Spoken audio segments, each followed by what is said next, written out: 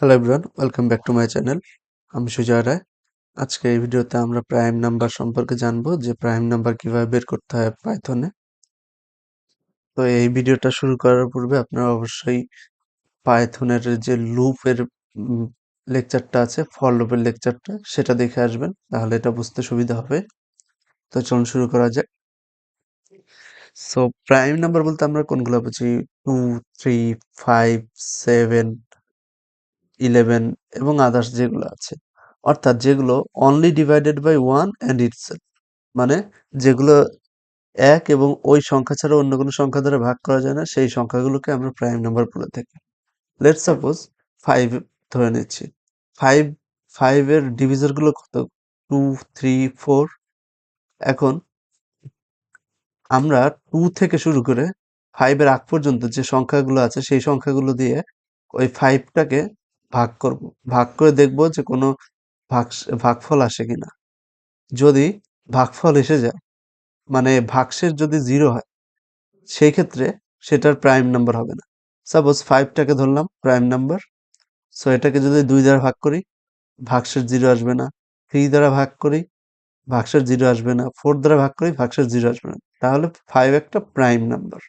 কিন্তু 6 এর বেলায় 6 2 দ্বারা বিভাজ্য, 6 3 দ্বারা বিভাজ্য, 6 4 দ্বারা বিভাজ্য না, কিন্তু 5 দ্বারা বিভাজ্য না, কিন্তু 2 আর 3 দ্বারা বিভাজ্য। তার মানে এটা প্রাইম নাম্বার না।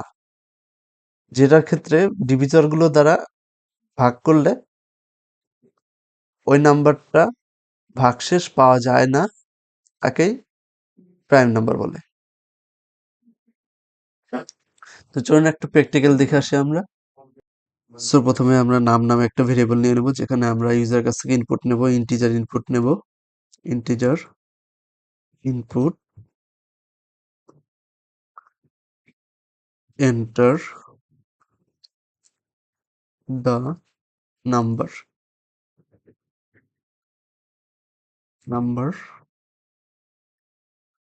এন্ড দেন আমরা একটা কাউন্ট ভেরিয়েবল নিয়ে নেব। Count equals to 0। এখন কাউন্ট নিচ্ছি কেন একটু পরে বোঝাচ্ছি। প্রথমে আমরা ফর লুপ নেব। ফর I in range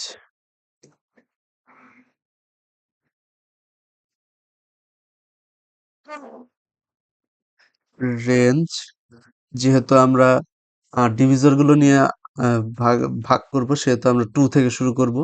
2 থেকে শুরু করে ওই নাম্বারটা পর্যন্ত যাব, তাহলে এই নাম্বারের আগ পর্যন্ত কাউন্ট হবে। সো এটা নিয়ে নিচ্ছি অ্যান্ড দেন কোলন দিচ্ছি। এখন একটা কন্ডিশন দেব, যদি এই নাম্বারটাকে যদি আমরা i দ্বারা ভাগ করি, i দ্বারা ডিভিজিবল করি, সেটা যদি নিঃশেষে বিভাজ্য হয়, তাহলে আমরা কাউন্টের মান বাড়িয়ে দেব। Count plus equals to 1।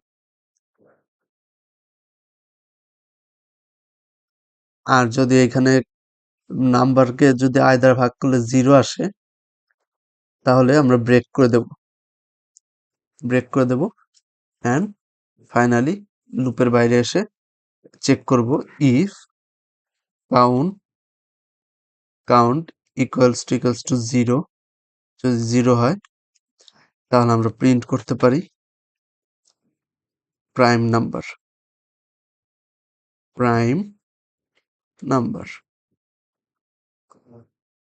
আর যদি এটা না হয়, তাহলে এলসে গিয়ে লিখতে পারি not a prime number, print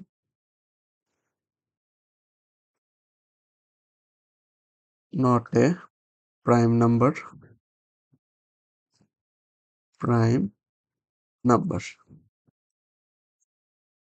এখন বলি কি করেছি এতক্ষণে।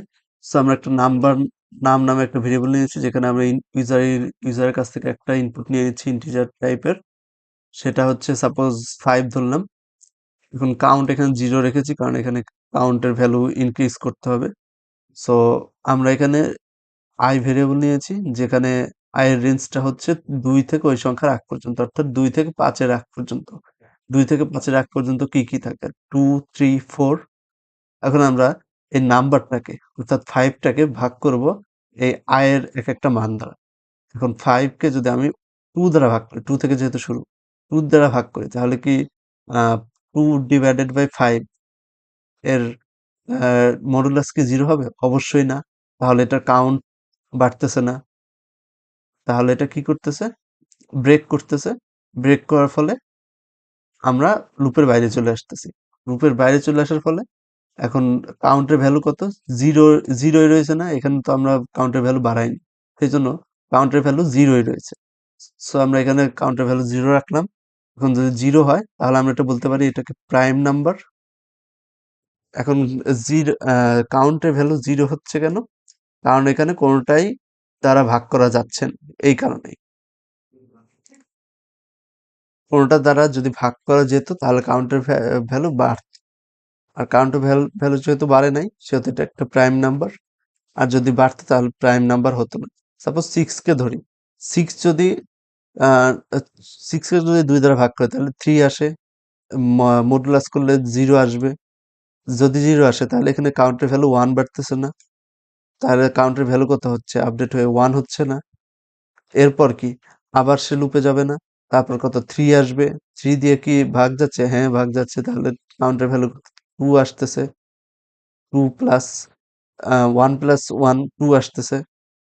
তারপরে যখন যাচ্ছে আর দুটো দেখতেছে যে ভাগ হচ্ছে না, তখন ব্রেক হয়ে আসতেছে। এখানে কাউন্টের ভ্যালু যেহেতু 0 হয় নাই, সেহেতু এলসে গিয়ে লিখতে পারে not a prime number.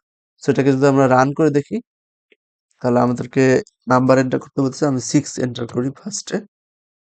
Not a prime number successfully দেখাচ্ছে। এবং প্রাইম নাম্বারটা চেক করি। সাপোজ 3 দিয়ে চেক করি। Prime number.